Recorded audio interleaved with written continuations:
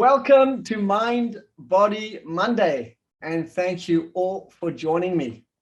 In today's Mind Body session, we're going to be exploring the topic of your gut and exercise. I'll be addressing my 5 favorite ways to get back on the wagon when you have fallen off.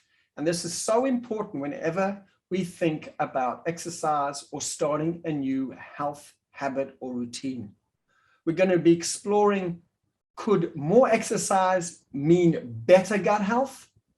Specific exercises which are best for gut health and those to avoid. And my personal favorite exercises for gut health. And I'm actually going to save one of the best for last, although the 5 secrets I'm going to kick off with today are a game changer. I'm going to share with you my favorite inspirational story of this week. So let's get started. We all know that the right exercise is great for your health, but no one is really talking about what exercise specifically is best for gut health and which can be actually harmful and why. So in recent PubMed research, they showed something really fascinating, that exercise can actually positively modify our gut microbiome. Those are the bacteria and conglomerate of goodies in our gut that support health and well-being. And exercise even increases the diversity of bacteria in the gut. So it's not only diet, nutrition, supplements, probiotics, etc., all the topics we've discussed before and we'll be reviewing, but also here's another factor. Exercise also plays a role in the microbiome diversity and health of the gut. And this is a very good thing and has many, many health benefits. And just before I jump more into this topic, I do want to address a key point, because so many of my patients, when we start to talk about exercise or routine, they look the other way, they don't show much enthusiasm, and they're not really keen. One of the reasons is sometimes it's not so comfortable, sometimes it's not such fun, sometimes the weather is inclement, or really there's what I see going on is they've started so many times and fallen off the wagon so many times that they've, in a way, given up hope and really don't start again. I want to share with you my 5 favorite secrets to really get back on the wagon when you've fallen off. Now, this doesn't only apply to health and exercise. It also applies to every aspect of human endeavor, whether it comes to tefillah, or whether it comes to relationships, or whether it comes to business, or whatever it happens to be. I'm applying these to health and well-being, and these are my top 5, and these are ones that I practice pretty much on a daily basis. The first secret is really connect to your why. Get clear on why it is important to do what it is you want to do. If you want to start, let's say, an exercise routine, which is the topic of today's Mind Body Monday, get clear, why do you want to really do that? And having some vague sense that it's healthy may not be enough. So often in life, we know what we should be doing, but we don't have enough compelling reasons or significant enough why or number of whys to get ourselves to do whatever it takes to accomplish whatever we want. The thing is, once you know what it is you really want to do, it's imperative to clarify the why, because we all are going to fall off the wagon. It's just a matter of time. As the teaching goes, Sheva Yipol Tzadik V'Kam. 7 times the righteous person falls down and gets up. And one beautiful explanation is what makes this person a tzaddik, what makes him a righteous person, is that he gets up 7 times. And 7 is just a metaphor for many, many times. In fact, many, many times a day, a person can restart whenever they decide to. So having a clear why is going to provide the emotional juice to keep us going when the going gets rough. So the first question relating to this is, why do I want it? What will it give me? And how would I feel when I accomplish this? This is so important. Getting clear on these whys, and best in writing, put it down on a piece of paper or in a journal, because this will connect you to your emotions, and this will keep you engaged even when you face obstacles. Part of my daily routine is an early morning nature walk. For me, this is me time. It's time for me to think. It's time for me to connect to myself, to the Creator, to get clear on my life goals, my goals and plans for the day, think about my life and my relationships and things that matter to me. These are some of my whys. And having these reasons are super important, because some mornings it's pouring down with the rain, or there's a heat wave, or I'm just simply not in the mood. And I go anyway. In fact, I did buy myself several years ago a all-weather-proof Amazon suit, something like the oil riggers wear to weather the storm. When the weather is pouring down with rain, I take an umbrella, I get my all-weather suit, and off I go. And it's as simple as that. And if it's hot, then I just wear appropriate clothing. But staying connected to why is so important. And this is the take away from this first secret. If you lose your why, you lose your way. So stay connected to your why. The second secret for getting up off the wagon, off the floor and back on the wagon, is know that you will fall. And I don't mean to be pessimistic here at all. What I mean is, when I first started learning martial arts, the first thing my instructor taught me was how to get up off the ground. In a situation where one has to resort to self-defense techniques, there's a great likelihood of landing on the ground. And in a way, expect it. Don't be surprised when it happens. It comes with the territory.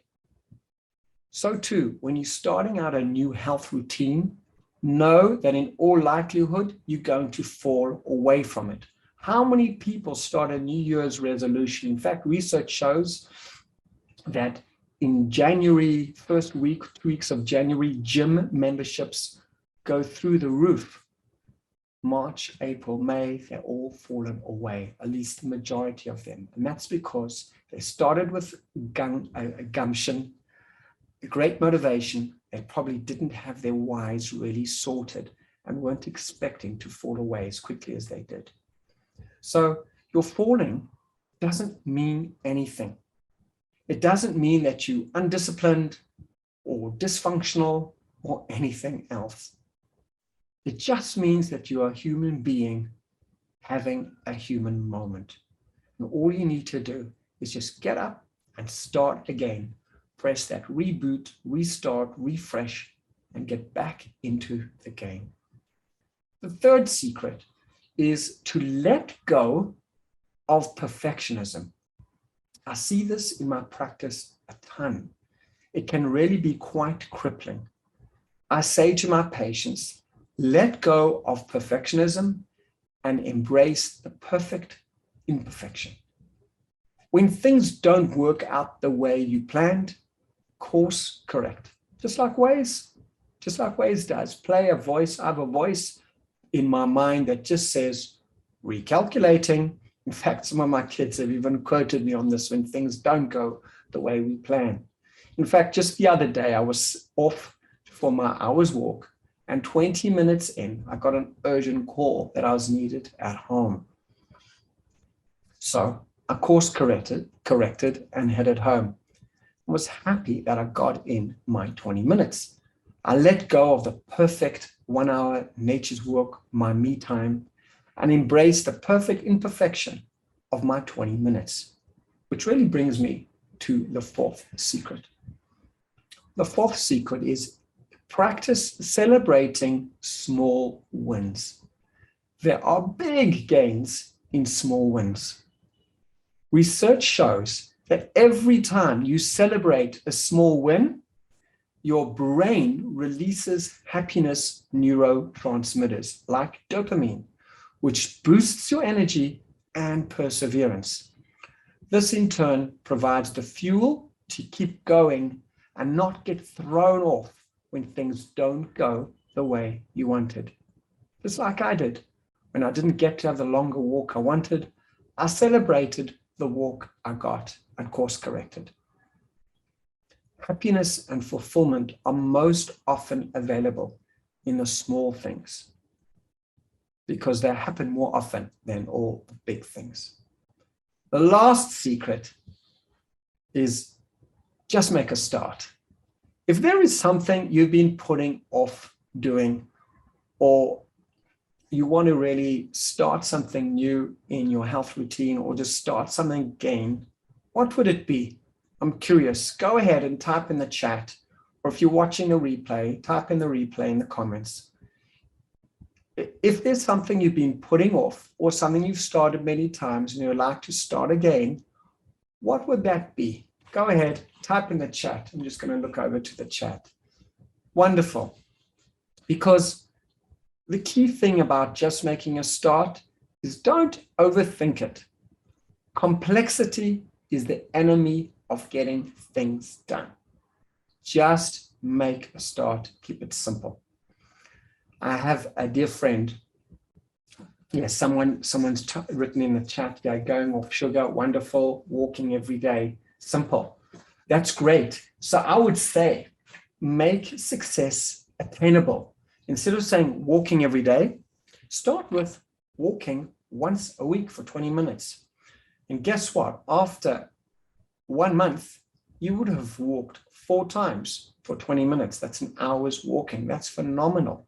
So sometimes we set ourselves up by saying walking every day, and then when we don't manage every day, we get despondent, fall off the wagon. So start again and set attainable goals. That would really be the sixth secret. So I have a friend who really needed, his doctor said he needed to go jogging, several times a week to help him with his blood pressure.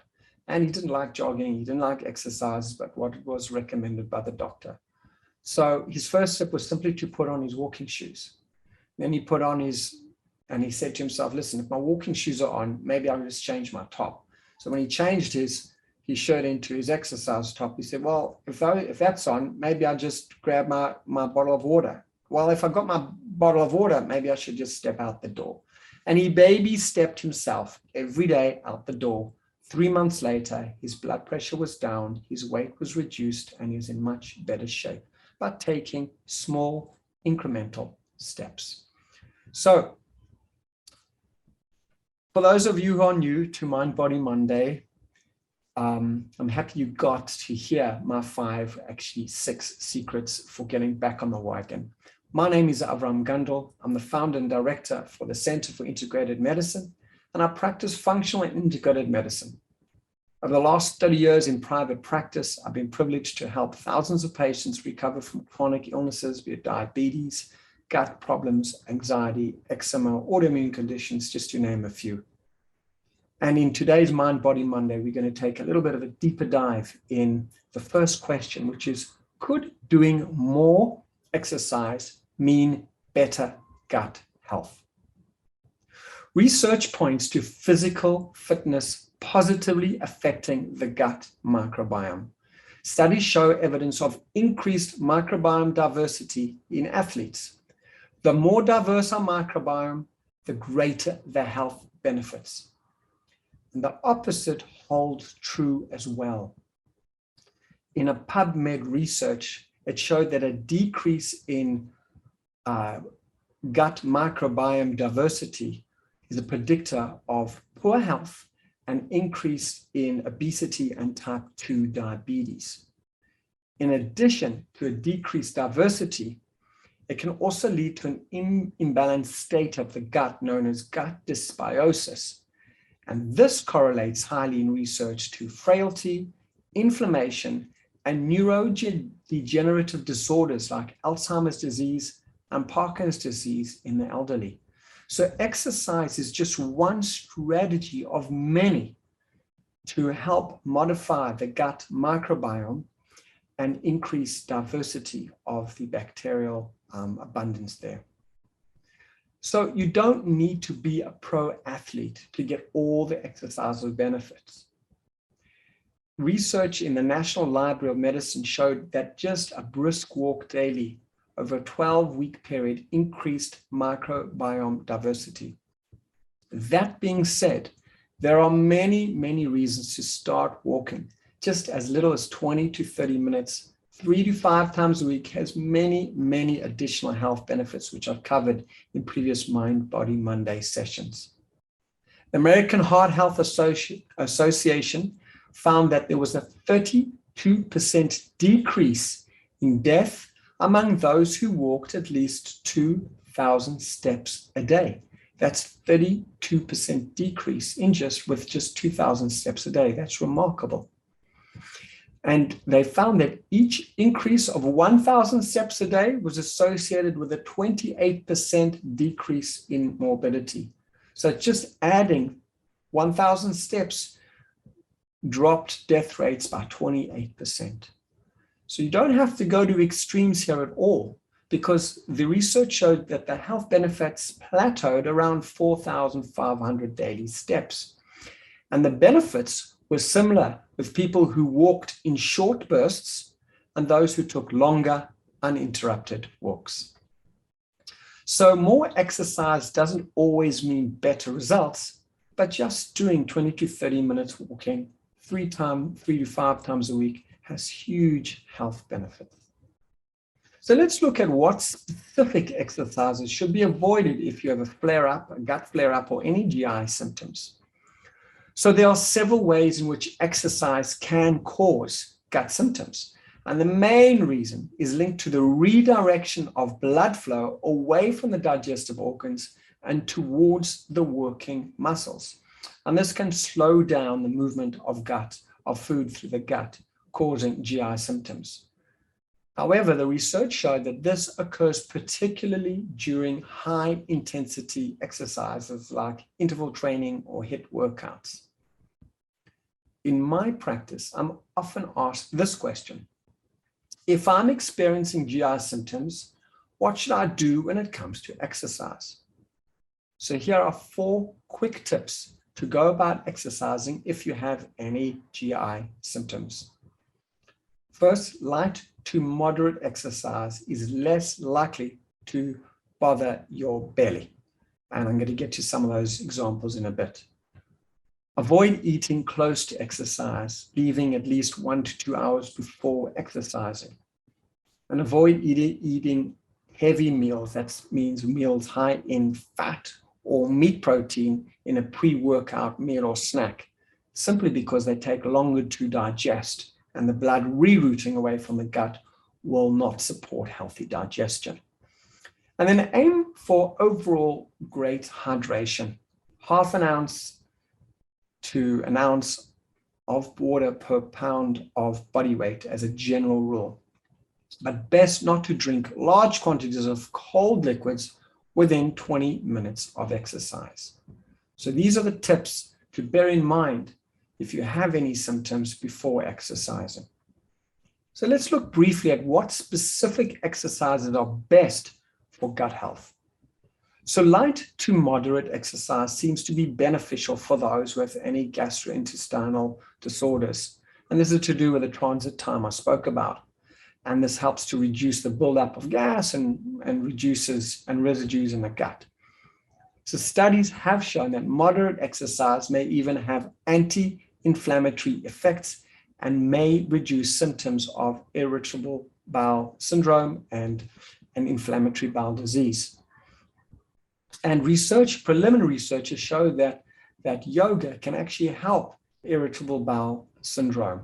Now, in my practice, I've seen that walking, Pilates, gentle yoga, stretches, and gentle rebounding are very helpful to soothe the gut and help healing and recovery. Just before I end with my favorite inspirational story of the week, people ask me, what's my personal favorite exercise for the gut? Well, I have a soft spot for yoga. I've been practicing yoga since I was 16 years old. And when I say yoga, I mean the yoga stretches. They have fantastic routines that are technical stretches for the entire body. And I have a daily 10 to 20 minute practice that includes slow, deep diaphragmatic breathing. That's also known as deep belly breathing, which helps to relax the gut, gentle spinal twists to softly stretch the intestines, and inversions, also known as hanging upside down. It stimulates peristalsis, which helps the digestive process, and it also increases blood flow to the stomach. So that's my personal favorite, is a gentle yoga routine, but there are many other forms of exercise as long as you start with small incremental steps. So before the story, and it's really worthwhile just to stay the extra couple of minutes for the story because it really moved me and touched me. Let me do a quick summary of those 5 secrets again, because they are a game changer. So these are the secrets to get back on the wagon when you've fallen off. Number 1, connect to your why, because when you lose your why, you lose your way. Number 2, know that you will fall. It's just a matter of time. And when that happens, don't judge yourself for it. Just remember, you're a human being having a human moment. Let go of perfectionism and practice embracing the perfect imperfection. Whatever you get, be grateful for and celebrate small wins. That's number 4. Number 5, just make a start. Keep it simple, small incremental steps, and that's the way to go forward.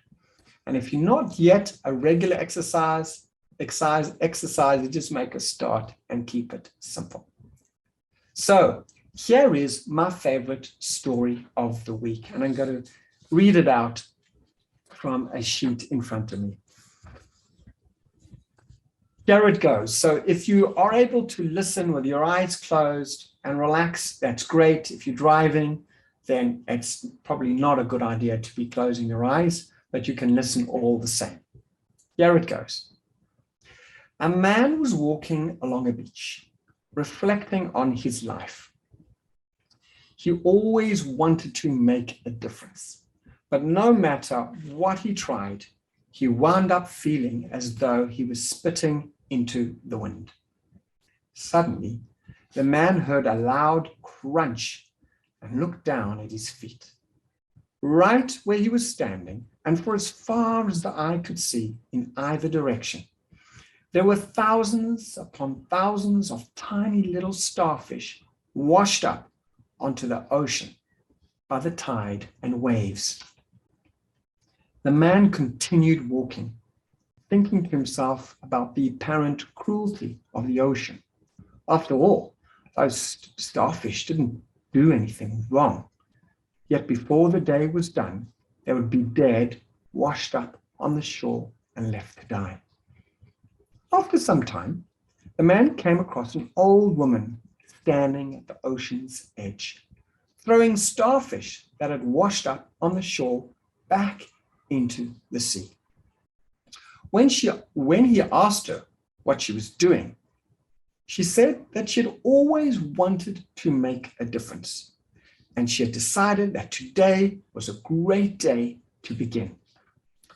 The man looked from her to the thousands upon thousands of starfish that lay dying along the coastline and said, "For every starfish you throw back into the ocean, more than 30 to 300 are washed back up onto the shore. How can you possibly make a difference?" The woman looked thoughtfully for a moment, and then she picked up another starfish and threw it back into the sea. "Made a difference to that one," she said, and she smiled the most beautiful smile the man had ever seen. Sometimes it feels like life is in disarray, and as though all that matters to us has been scattered to pieces. We're overwhelmed by the many things that need fixing. And it feels like a single step forward couldn't possibly make a difference. But this is a mistake, because the truth is, each small step forwards matters. We might feel like a tiny thing that we've been planning to do is futile, but in fact, it's the only way change will happen when we make the choice to get in some exercise, drink 1 extra cup of water, drop some sugar, or get an extra 15 minutes of sleep, etc. Just remember that each small step makes a huge difference, and to just make a start. So when you find yourself overwhelmed or realize that you've fallen off the wagon, just reach down and pick up a single starfish. Thank you so much for joining me on Mind, Body Monday. I really look forward to connecting with you next week. And just remember, Mind, Body Monday is where self-care is the heart of healthcare. Just make a small step to enhance your health and well-being in mind, body, and soul. See you next week. So I will open the mic for anybody who would like to ask a question on the topic tonight. I'm not going to take a full Q&A, but it's lovely to see you all here. See, we have some new faces as well. Anybody, you can either raise your digital hand or your physical hand and ask a question on today's topic. Otherwise, we'll sign off and see you next week for another session of Mind, Body Monday. And before you go, perhaps you want to write, yes, someone's written, thank you. You reinforced what I know and will restart. Thank you, Robin. Yes, we all know this. And the truth is, the secrets that I shared with you are mine. These are what I practice in my day. I get derailed, not once or twice, sometimes 10, 20 times or more a day. And without these secrets, it's very easy to become despondent and fall off the wagon. I see Ruchama has raised her digital hand. So I will ask you to unmute yourself in the bottom right side of your there you go, Ruchama. Say your name and where you're zooming in from, yes. Please. Hi, I'm Ruchama. I'm from New York. Ruchama, come closer to your mic, please. Yes. Can you hear me? Closer still. Okay. Is this better? A drop. Okay. I'll try to speak loudly. So my question is, you spoke about that it's normal to fall off the wagon and to restart. And I totally relate to that. I'm just wondering if you have any tips on how to prolong the staying on the wagon before falling off. Because I find that I fall off often. I get back on, but more often than I would like. Okay. Well, first, thank you, Ruchama. Great question. Firstly, we all fall more often than we like. That's just the nature of the game. Because there's a little voice that tells us in our mind, the perfectionist voice, that all falling off is a sign of failure and not allowed. Okay. In fact, I was reading some research. Where's this rooted? I was reading some research in the UK. Researchers put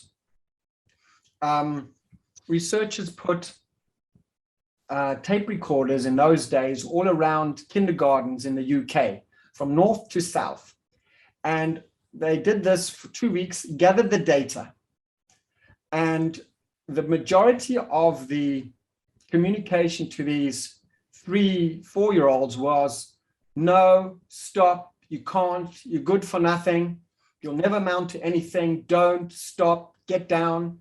Not too many positive things. And these go into the unconscious of these minds of these little kids and program their thoughts about what's possible.